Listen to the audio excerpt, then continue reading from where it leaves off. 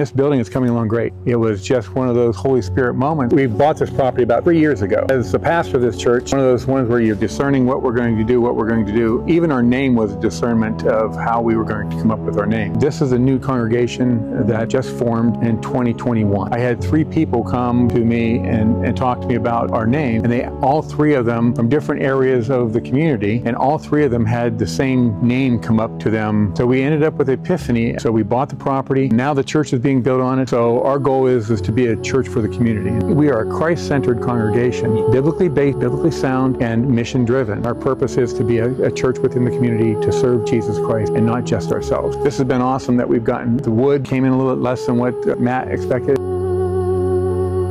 Epiphany Pensacola.